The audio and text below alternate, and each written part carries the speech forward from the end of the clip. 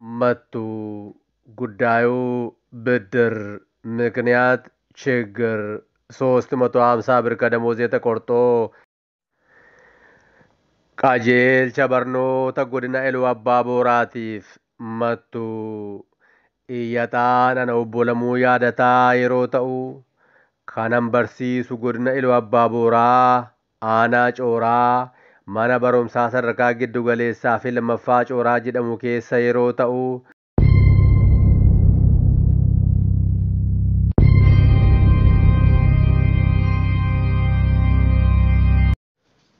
Obomboleettii 22 asoosama dheeraa barreessaan Natnaaboon Nagaasaa Waaqjiraa abukaatoo fi gorsaa seeraa seenessaan abbaa seenaa Arsadee obomboleettii 22 kutaa 26ffaa kutaalee tokko hanga 25tti turan keessatti akka dhagaa turtan obbo Lamuun Iluu Abbaa Booraa irraa gara Finfinneetti jijjiiramuu gara Finfinneetti oggaa imalaa turanii bosonni Yaayyuu fi Cooraa gidduu jiru isaan ajaa'ibuu fi fakkeenya Oromiyaa maraa ta'uu yaadaa turuu isaanii namichi isaan booda ta'aa tures sirba Adamaaruun bilbila isaanii dhaggeeffachaa turuu sirbi kunis michuu baay'een qabaa lixa biiftuu irraa dhaamsa koo naaf himi Oromoota maraa yoo lubbuun jiraanne turrullee walgarraa kan jedhu ta'uu fi obbo Lamuun hiikoon yookaan ergaa addaa sirbi kun qabu Oromoo hundi beekuu kan qabu ta'uu ibsuu isaanii Jimma Baddaa Bunaa oggaa ga'anii buna diimatee biyya Abbaa Jifar miidhagsee jiru ilaalaa harka isaanii gara samiitti qabanii yaa Rabbi yaa gooytaa yaasa hunda humtee hortee namaaf jettee yaasa fannifamtee hafuura qulqulluu yaa mootii moototaa si kadhachaa jirraa nu dhaga'i gooytaa nu dhaga'i Oromoota jedhanii kadhachuu isaanii. Caaltuu mucaan jedhamtu sabboontuu garraamii fi gara laafettii ta'uu isheerra darbee bareedinni ishee hortee addaan miti shamarranoota illee kan garaa raasu ta'uu caaltuun mahandisa hoggaa taatu daandii baabura birbirsa gooroo yookaan immoo joorgisitti argamutti ogeessota Toom Chaangizii Juuliyoo Biiniyaamii fi Bijigaa waliin kan hojjettu ta'uu Biiniyaan faa guyyaa gaafa tokkoo summii ishee nyaachisuuf yaalii gochuu fi sababa Bijigaan fashalaa'uu waan maramaa koodii kaartaa Oromiyaa fi callee lafa keessa argame oggaa agartu caaltuun naatee of wallaaluu caaltuudhaaf calleen hiikoo fi erga addaa qabaachuu abbaa harmee isheerraa dhaga'uu Barraaqaa Booruu dargaggeessi jedhamu mana yaalaa ishee geessuu gochaa danuu tolaa Barraaqaa fi namoota biraa bal'inaan daawwachaa turreerra. Bijigaan barumsatti cimaa fi qabxii olaanaa kan fide yoo ta'e illee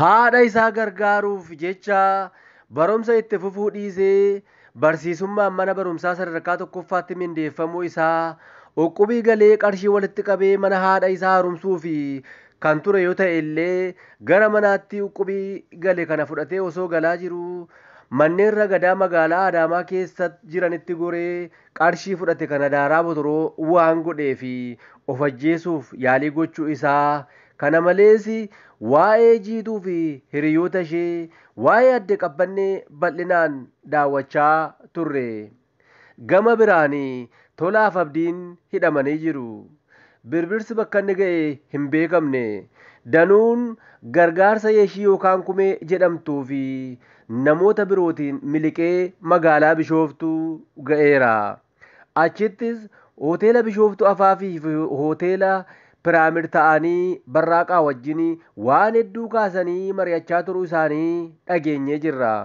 Xumura irrattis danuun kan Barraaqaan jedhe fudhatee qabsootti makameera. lamaan isaanii injifannoo booddee wal agarra jedhanii dirqama fudhatanii raawwachuuf adda ba'aa osoo jiranii addaan cite. Kutaan itti aanu maal ta'inna laata? Waraabessi bijigaa nyaate yuusuuf deemaa?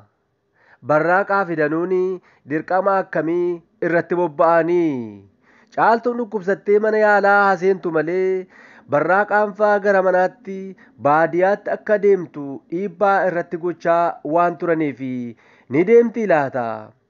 Manni obbo Saaphaloo Guutuu maaliif mootummaa fi namoota maqaan isaanii yookaan bifi isaanii hin beekamneef hordofamaa jira? Toom lammiin biyya Jeermanii koodii fi waan maramaa fudhatee deeme sana waliin biyya isaa Jeermanitti hafuuf deema jechuudha. Kan inni fudhatee deeme suni maali? Kan danuu harka jiru sana waliin garaagarummaa yookaan tokkummaa maalii qaba laata? Jiituun yuunivarsiitii Harvaard galtee jirti. Bijigaa waliin adda ba'uu isheeti moo kana booddee maal dhaga'uuf jirra?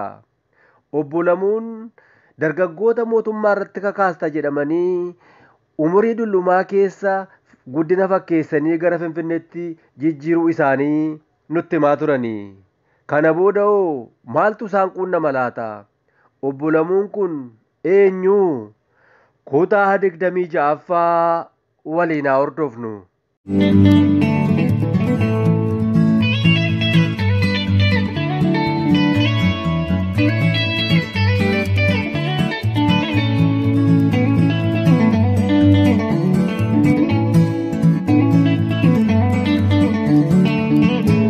Obbo Lamuu yaadataa gochi isaanii raajiidha. Nama ajaa'ibaa. Dogoggora kamillee bira hin taranii haasaa afaaniillee ni qeequ. Barreeffama taanaan garuu hundumaa kufaa gochuu danda'u. Barreeffamni loogaa fi seera isaa eeggatee barreeffamuu qaba jedhanii cechanii falmu.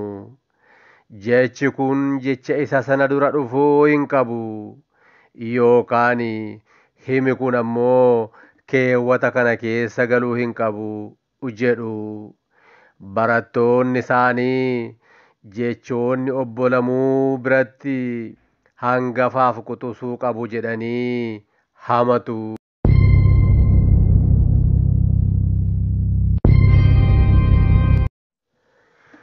Hoggaa barsiisaa turanitti bara dheeraa dura rakkoo hamaan isaan quunname. Haati warraa isaanii da'umsaaf hospitaala galte. Mucaan isaanii umuriin ishee waggaa 2 hospitaala jirti. Obboleessa isaanii akka tasaa qottoon harka rukutee hariitiin atattamaan gara hospitaalaa geeffame. Kanaafuu rakkinni qarshii obbo Lamuu mudate. Obbo Lamuunis rakkina isaanii kana furuuf liqii gaafatanii. Waajjira barnoota aanaa gaafannaan waajjirichi isaan duraa callise. Kanaaf qubee saabaatiin barreeffamaan xalayaa waajjira barnoota godinaaf barreessanii. Hoggaa sana afaan hojii afaan Amaariffaa ture. Xalayaa isaan barreessanis akkas jedha. Guyyaa itti barreeffame qaba. ለኢሉባቦር ዞን ትምህርት መምሪያ መጡ። ጉዳዩ ብድር ምክንያት ችግር 350 ብር ከደሞዝ ተቆርጦ እንድሰጠኝ አመለክታለሁ። መለቶ ቀባ መቃን ኢሳኒ irratti barreeffameera. Xalayaa isaan barreessan kana barataan hin beekne tokkollee hin jiru. Waggaa 50 fuula duraa BPR'n kan galeef jedhanii ajaa'ibsiifatu. Walakkaa jaarraa tokko dura kan qaroome. Yeroo malee kan dhalate. Osoo habashoonni biyya isaanii duraan qabanne ta'ee abdii Oromoo dhaloota yeroo sanaa turan jedhanii isaan hamatu. Bara sana keessa xalayaa akkasii barreessuun hin yaadamu. Yeroo sanatti xalayaa waajjiraaf barreeffamu kamillee seensa isa barbaachisa. Waajjira barreeffamuuf sana dursanii galateeffachuu barbaachisa. Dhimma gaafataniif bal'inaan ibsuun dirqama. Rakkoo yoo ta'e icciitii dhuunfaa kan jedhamu hin jiru. Ibsuun dirqama. Xalayichi hooggantoota yeroo sanaa amansiisuu qaba jedhanii amanu turani. Manni galmee illee xalayaa akkasittiin bal'inaan barreeffame malee xalayaa obbo Lamuun barreessan kana hin fuudhu ture. Garuu namichi obbo Lamuudha. Obbo Lamuun akka hin callisnee fi tole hin jenne manni galmee tolchee beeka. Kanaafuu yoo barbaachisaa ta'e hoogganaan sirreessu jedhee manni galmee isaa harkaa fuudhe. Hoogganaan bulchiinsa humna namaas xalayaa obbo Lamuun barreeffame kana yoo fuudhe illee koreef dhiyeessuu garuu ni sodaate. Obbo Lamuuf deebisuufis ni sodaate. Kanaafuu xalayaa akkas jedhu obbo Lamuu fakkeessee ofii isaatiif barreessee koreef dhiyeesse. Xalayaan kana qubee saabaatiin yookaan amaariffaan kan barreeffame yoo ta'e illee ergaan isaa afaan Oromootiin kan armaan gadii kana fakkaata.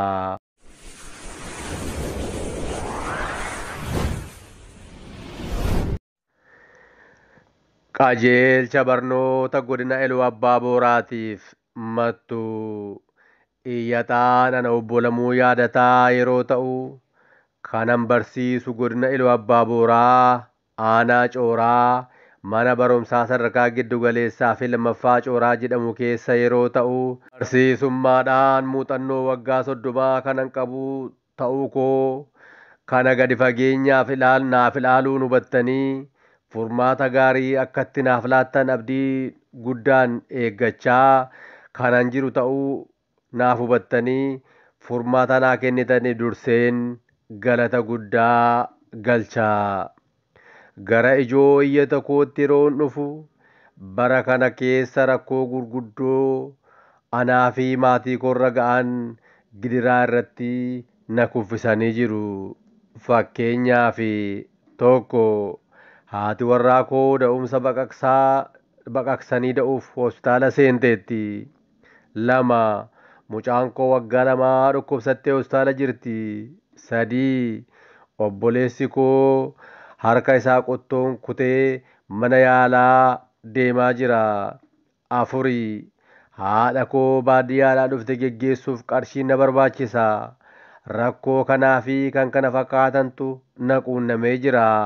Kanaafuu qajeelchi barnoota godinaa kun rakkoo narra dhaqqabe kana naaf hubatee akkaataadhuma barsiisotaaf deeggarsi godhamaa jiruu fi tureeni mindaa koorraa citee kan deebi'u qarshii 350 liqiidhaan akka naaf kennu kabajaan gaafadha.